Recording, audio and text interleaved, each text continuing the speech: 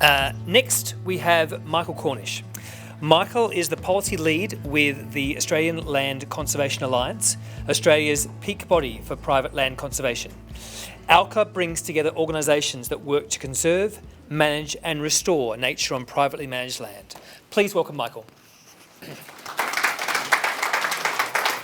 Thank you very much for the opportunity to speak to you tonight. It's an absolute pleasure to see so many people turn out.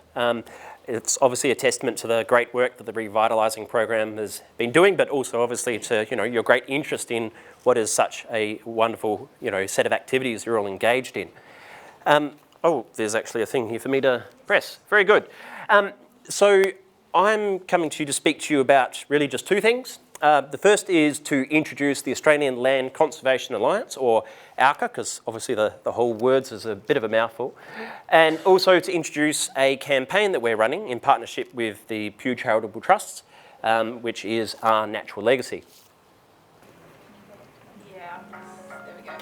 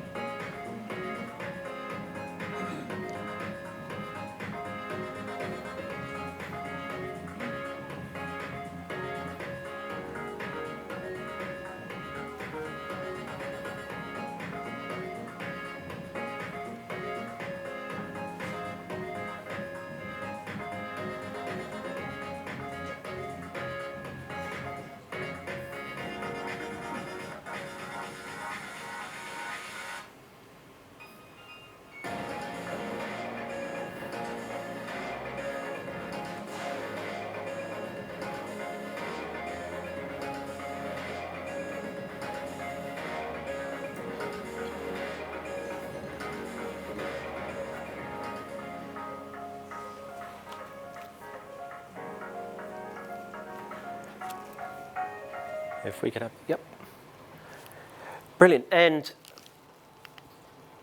oh, there we go. So that's the video introduction, just to mix things up a little bit from my talking head.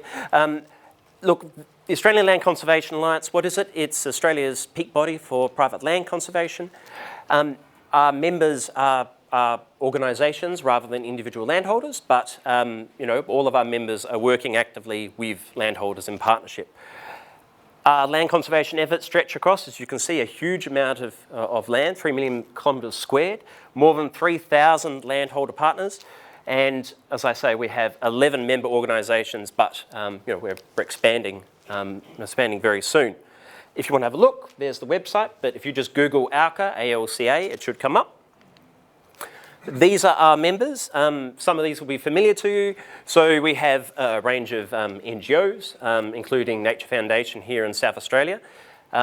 Other of these NGOs are still present in South Australia, like Australian Wildlife Conservancy and others.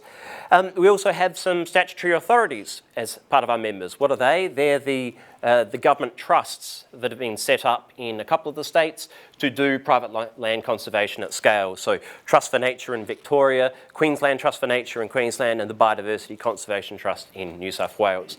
So there's a number of different models, as it were, for doing this really good work out there.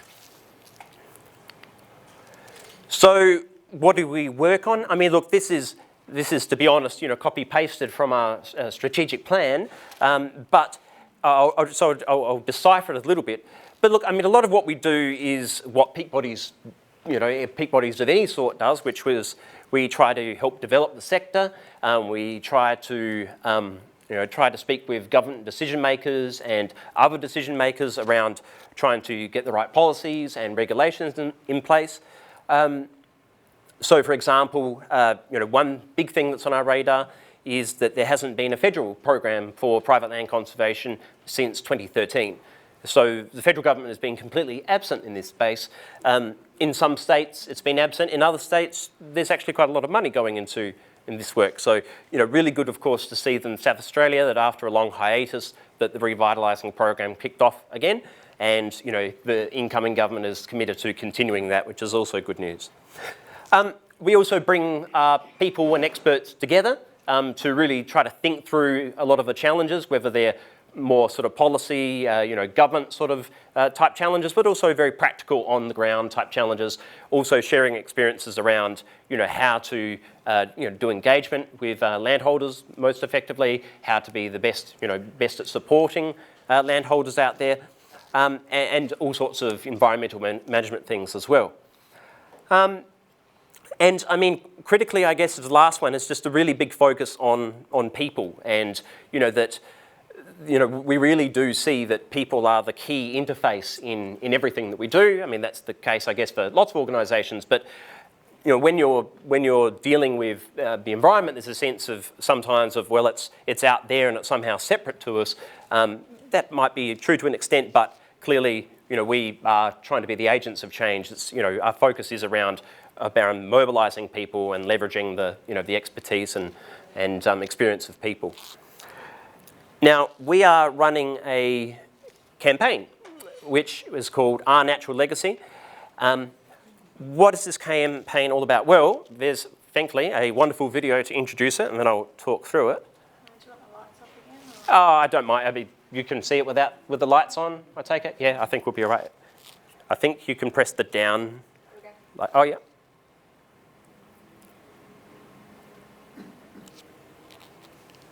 Is the sound? That's all right. Okay. Don't worry, I won't sing.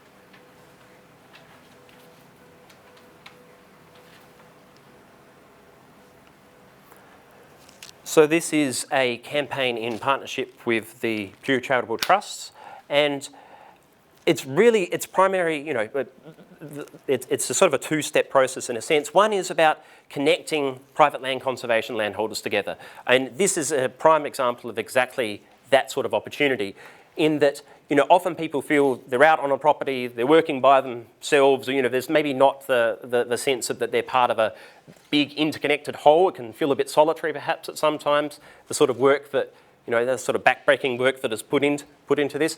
But the reality is that there are actually thousands of landholders like you out there across Australia.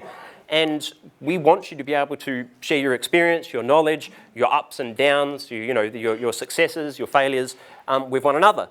And part of the purpose for that, apart from strengthening your own activity and work, is also around trying to ensure that your voice is being heard at both a federal level, but also, at a state level as well. So for example, I mean, a lot of people will, if they've not spent a lot of time out in the country, they might think that, oh, well, the way you do conservation is you simply set up a really big national park somewhere. But the reality is that most of our remnant habitat is on privately owned land.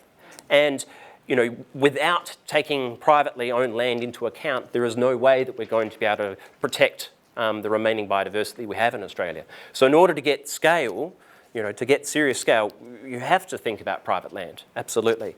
And so, part of what we're working on at the moment is to, talk with state and federal governments to provide the support that landholders need to be able to do this sort of work. Understanding that plenty of people will do this because they're passionate and maybe they have time and some money, but you guys are working in the public environmental interest, right? You're actually working in the public interest, and so the notion that you should receive some sort of support from government to undertake your activities for the communal benefit of all Australians makes a lot of sense. And in fact, was the case, as I said, in 2013 and prior, there was, some serious government funding in this space. So that's part of what we're trying to achieve.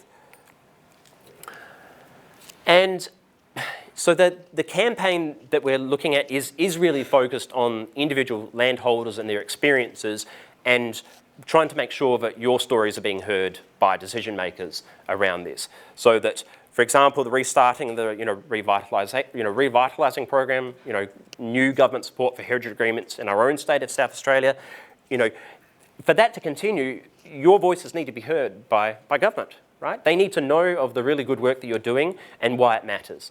And so we're really keen to make sure that your voices are being heard. And, that can mean, some people don't want to be champions in front of the media, but some people have really great stories, and you don't all have to be, in front of a camera in order to be able to tell those wonderful stories.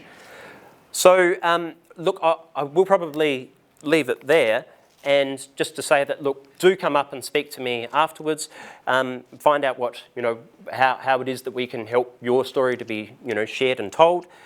Also that when you signed up here, you have an opt-out option to, not receive any, sort of campaign information. So do make sure that if you think, look, that's great, but not for me, then do go and opt out.